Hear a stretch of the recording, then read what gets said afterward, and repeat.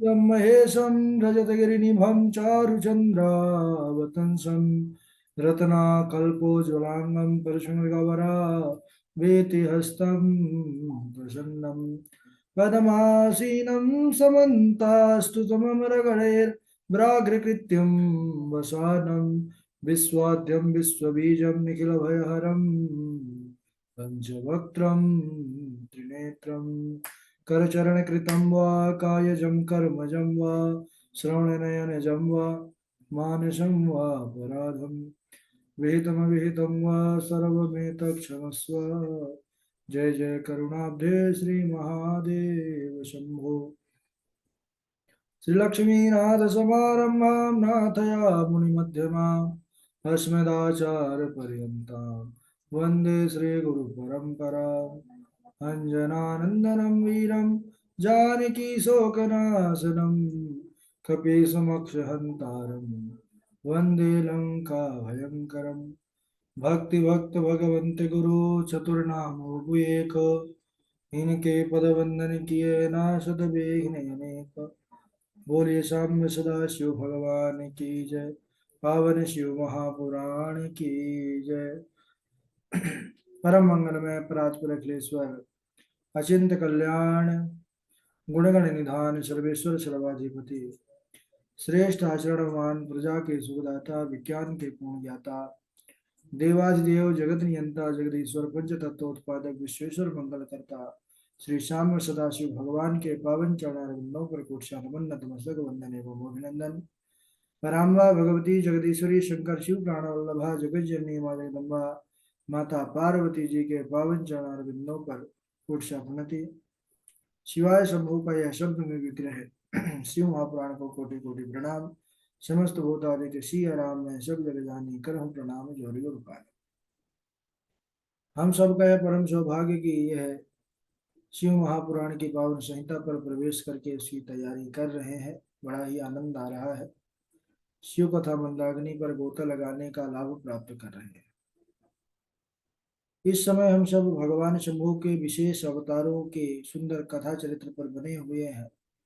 कल के दिवस पर चर्चा चल रही थी कि भगवान ने यक्षेश्वर अवतार लिया। नंदीश्वर कहने लगे कि हे सनकादियों, एक बार देवताओं को बड़ा अभिमान हुआ। जब देवासुर संग्राम हुआ उसमें देवताओं को विजय प्राप्त हुई भगवान की कृपा से। तो चरित्र उसी के संदर्भ में है। यक्षेश्वरावतारम चा शृणु शंभोर मुनीश्वरा गर्विडम गर्भहंतारम सताम भक्ति विवर्धनम। वे गर्व जो गर्वी है यानी अहंकारी अभिमानी है, उनके अहंकार को दूर करने वाले हैं, गर्व को हरने वाले हैं।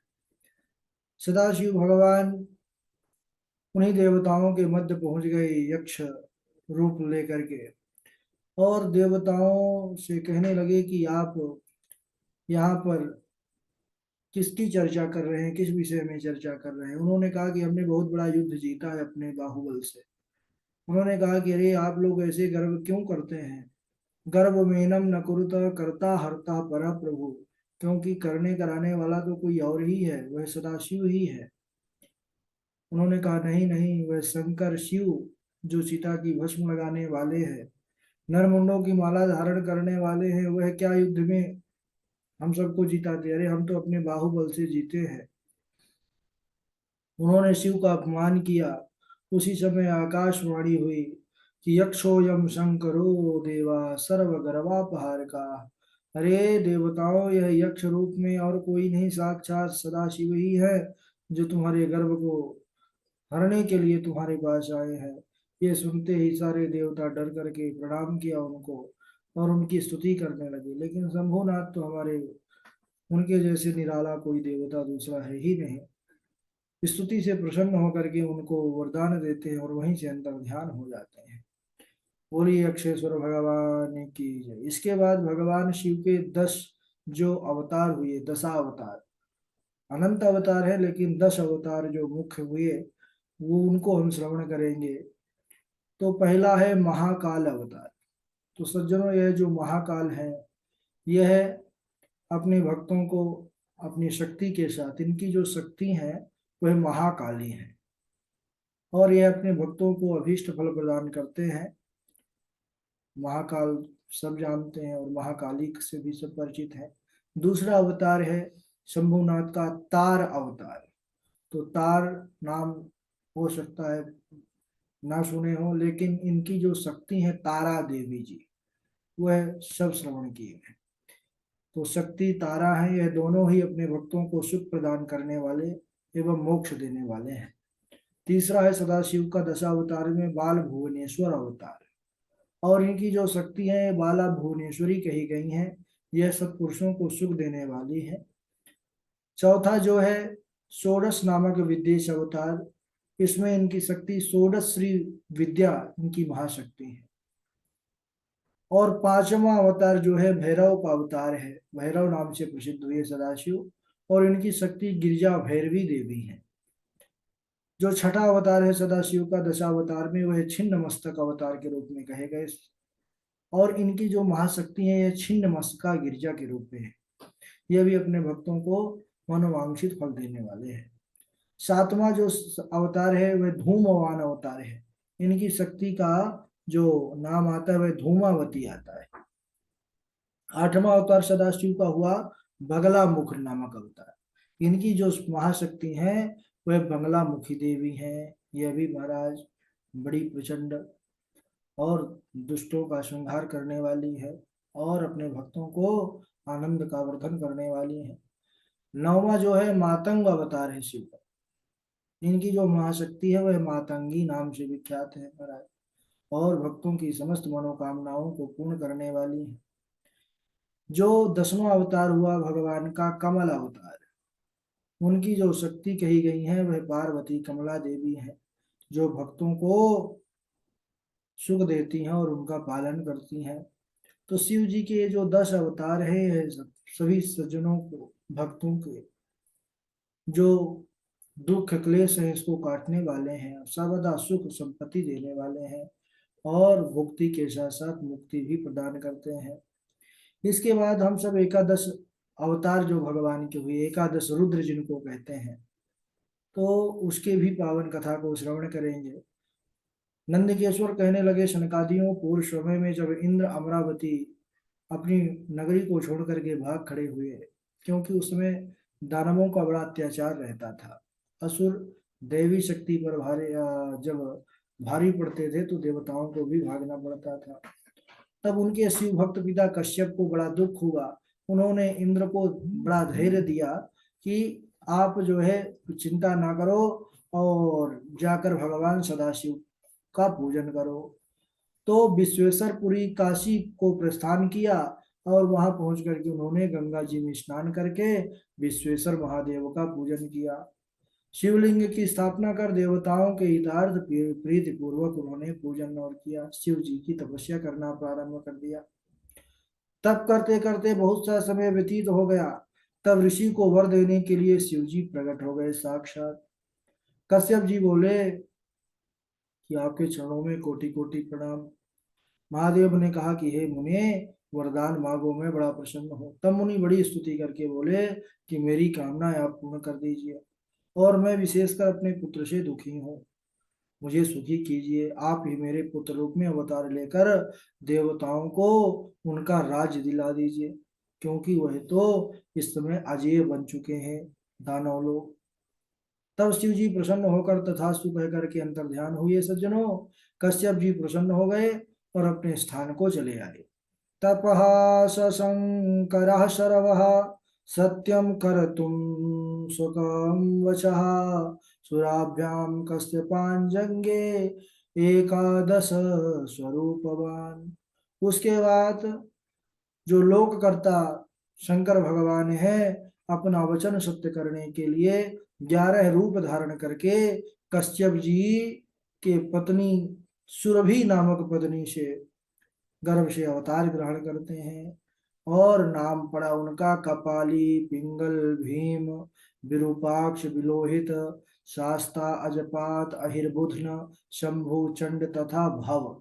ये 11 रुद्र हुए महाराज, सुरभि के पुत्र कहे गए। उस समय बड़ा भारी उत्सव हुआ। सभी देवता लोग भी बड़े प्रसन्न हुए कि भगवान क्या यह जो स्वरूप है, 11 स्वरूप बड़े अद्भुत है। फिर इन 11 रुद्रों ने देवताओं के हितार्थ बहुत बड़ा संग्राम किया है असुरों के साथ, और बहुत से दैत्यों को मारा, देवता लोगों को राज्य दिलाया है। और जो इस प्रसंग को श्रवण करता है वह भगवान शिव की विशेष कृपा को प्राप्त करता है। तो यह चरित्र बड़ा अद्भुत चरित्र है। इसके बाद भगवान शिव का एक और अवतार हुआ। वह ब्रह्मवेत्ता के रूप में अवतार लिए, नाम पड़ा दुर्वासा। ब्रह्मा जी के परम तपस्वी एवं ब्रह्मवेत्ता अत्रि नामक पुत्र हुए। नंदिकेश्वर सुना रहे हैं कथा। और बड़े बुद्धिमान थे अत्रि जी। ब्रह्मा जी की आज्ञा का पालन करने वाले वह अपनी पत्नी अनसुईया के साथ तपस्या करने लगे ऋक्षकुल नामक पर्वत पर जाकर के। अब निर्विघ्ना नदी के तट पर अपने प्राणों को रोक करके उन्होंने 100 वर्ष पर्यंत बड़ा विधि पूर्वक महाघोर तप किया है। उनके तप के ज्वाला से संसार जलने लग गया। तब उनके सामने ब्रह्मा विष्णु महेश तीनों देवता प्रकट हुए। अत्रि बोले कि महाराज, मैं सपत्नी के तपोनिरत होकर पुत्र की कामना से केवल एकमात्र देवता को ध्यान किया था जो पुत्र देने वाले हैं। आप तो तीन हैं, आप तीनों में वे कौन देवता हैं? तीनों ने कहा, हे मुनि अत्रे अहम नात्रे, हम जो है तीन नहीं है, हम एक ही है।